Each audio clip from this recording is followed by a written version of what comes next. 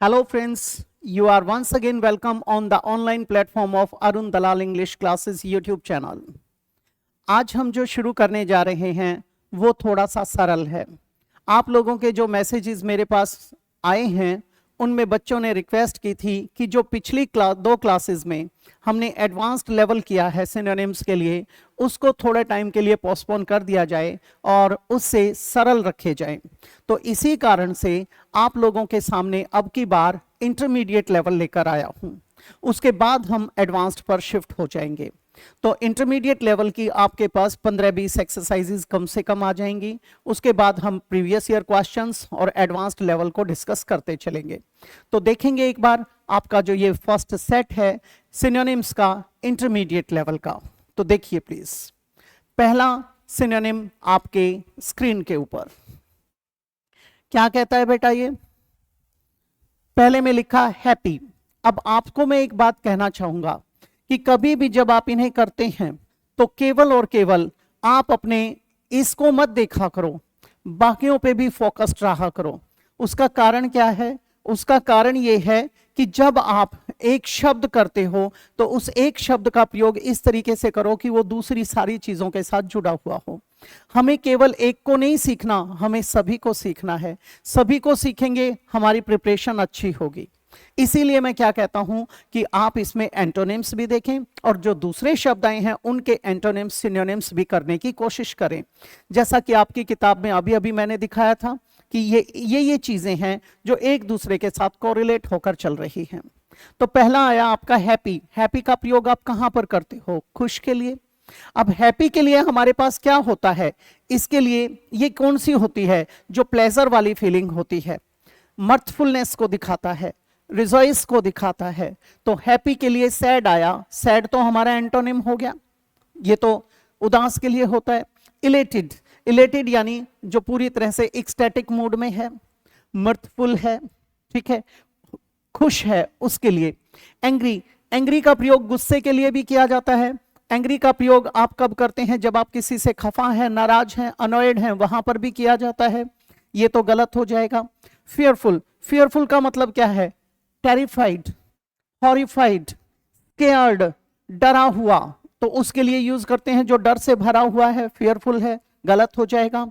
हमारा क्या आ जाएगा? इलेटेड, थ्रिल्ड, एक्साइटेड, मर्थफुल, इन ए जॉली गुड मूड। नेक्स्ट है आपका ब्रेव। ब्रेव का प्रयोग आप कहां करते हैं? बहादुर के लिए। आप क्या कहते हैं कि वह एक बहादुर योद्धा है, he is a brave soldier. तो यहां पहला आया कावर्डली। कावर्डली क्या बन गया? कायर के लिए, डरपोक के लिए। कावर्डली हमारा किसका काम करता है? एडजेक्टिव का। बच्चे कहते हैं जी एल-वाई लगने से तो एडवर्ब बनता है। एडवर्ब बनते हैं लेकिन हर एक के अंदर नहीं, ठीक है। यहां कावर्ड, कावर्ड एक नाउन होता है, नाउन के अंदर एल-वाई नहीं लगाना, एडजेक्टिव के अंदर एल-वाई लगाने से एडवर्ब बनता है, ना कि आपके नाउन के अंदर। इस बात का ध्यान रखेंगे। तो कावर्डली क्या है? एडजेक्टिव। अगर इसका एडवर्ब बनाना है तो इन्हें कावर्डली मैनर आ जाएगा और कावर्ड लिखेंगे, वो क्या बन गया? नाउन, डरपोक। टिमिड, टिमिड इसी का पर्यायवाची होता है। भीरू, कातर, कायर, सबमिसिव किस्म का, दब्बू वाला। फियरलेस, फियरलेस होता है जो निडर है, ये हमारा ब्रेव का सिनोनिम हो सकता है। वीक किसके लिए आया? कमजोर के लिए आया, ठीक है। जो फीबल है, कमजोर है, उसके लिए यूज किया जाता है। नेक्स्ट है आपका क्विक। क्विक क्या होता है? जो इंस्टेंटली होता है। In the blinking of an eye, in the twinkling of an eye, पलक झपकते ही बोलते हो, एकदम से। उसके लिए हम किसका प्रयोग करते हैं? क्विक।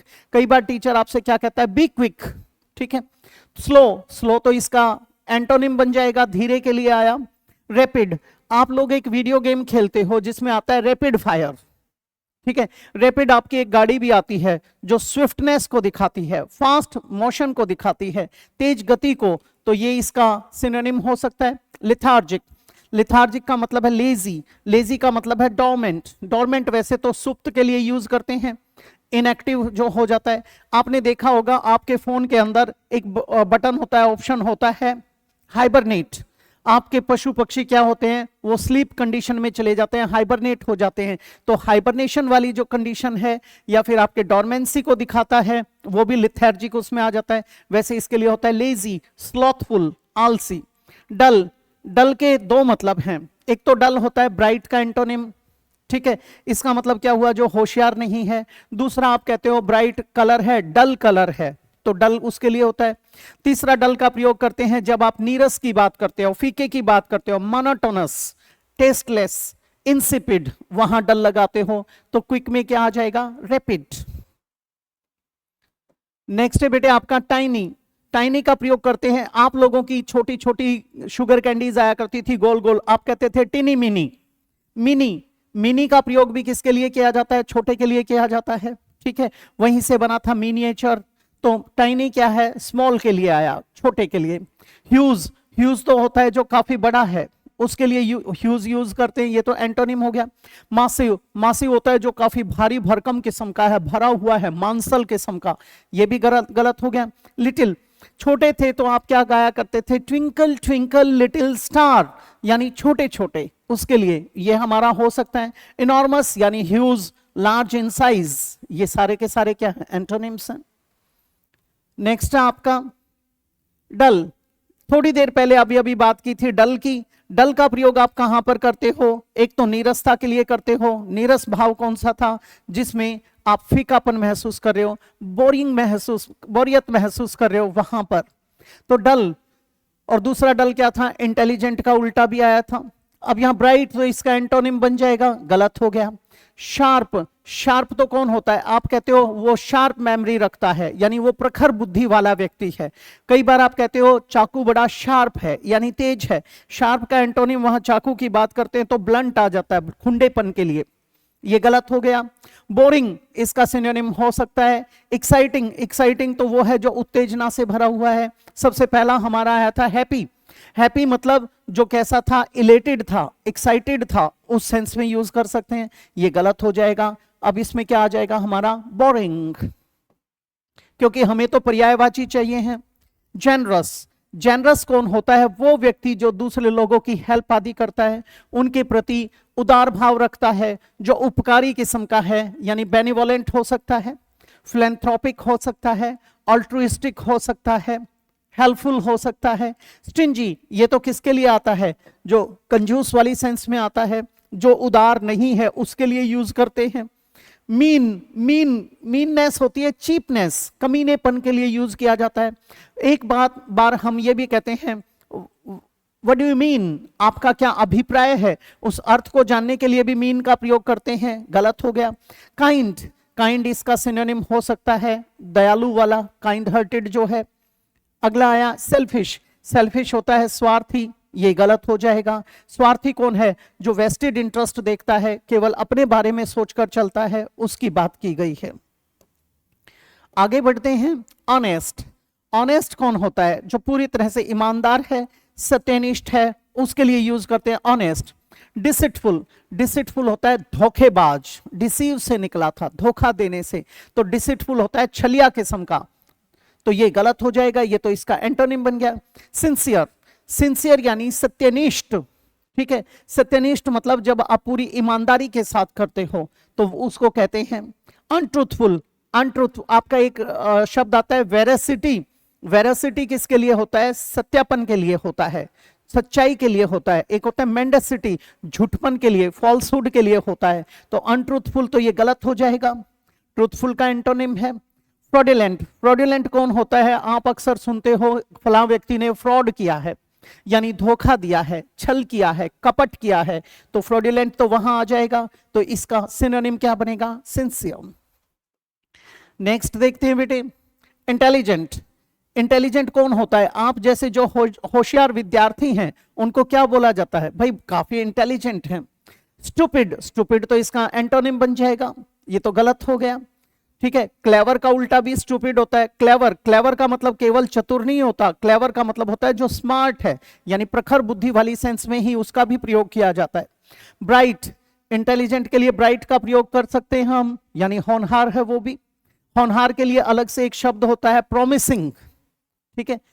लिथार्जिक, लिथार्जिक पहले भी आया था, स्लॉथफुल, लेजी, आलसी उस सेंस में यूज किया जाता है, गलत हो जाएगा। फुलिश, फुलिश क्या होता है? जो स्टूपिड है, मूर्ख है, फूल से निकला था, ये गलत हो जाएगा।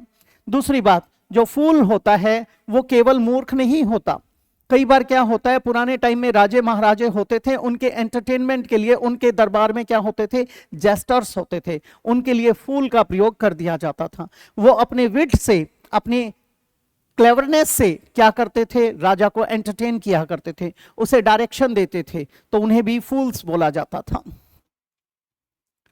नेक्स्ट है आपका काम। काम किसके लिए आता है? शांत के लिए, सीरीन के लिए, जो पीसफुल है उसके लिए।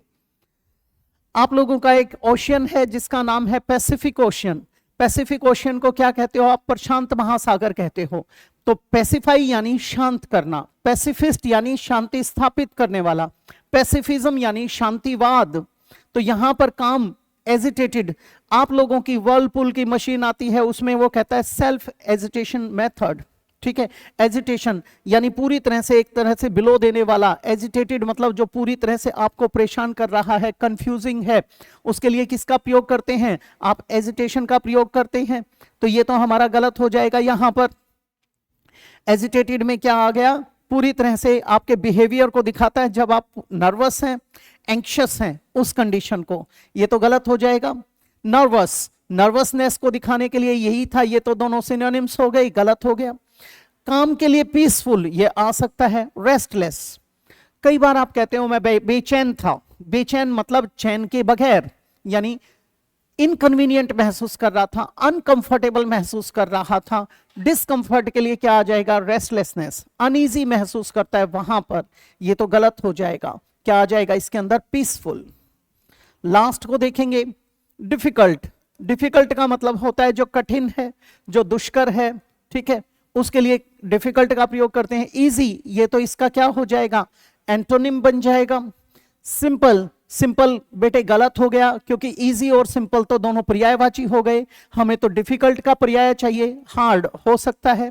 स्ट्रेट फॉरवर्ड, स्ट्रेट फॉरवर्ड होता है जो कॉम्प्लिकेटेड किस्म का नहीं है, जो इजी टू अंडरस्टैंड है, उसे भी क्या कहते हैं? Straight forward. कई बार जो आदमी बिल्कुल साफ साफ कहता है उसके लिए भी हम क्या यूज करते हैं? Straight forward. बिल्कुल स्ट्रेट फॉरवर्डली उसने कोई बात आपके सामने रखी है। तो ये थी आपकी एक्सरसाइज आज के लिए। अगली एक्सरसाइज में आपसे फिर से भेंट होगी इसी प्रकार के। अब इसमें भी जो है तो ये इंटरमीडिएट लेवल, लेकिन इसमें भी कुछ कुछ आपके डिफिकल्ट भी आएंगे, ताकि आप लोग उसके साथ तालमेल बिठाना अभी से शुरू कर दें।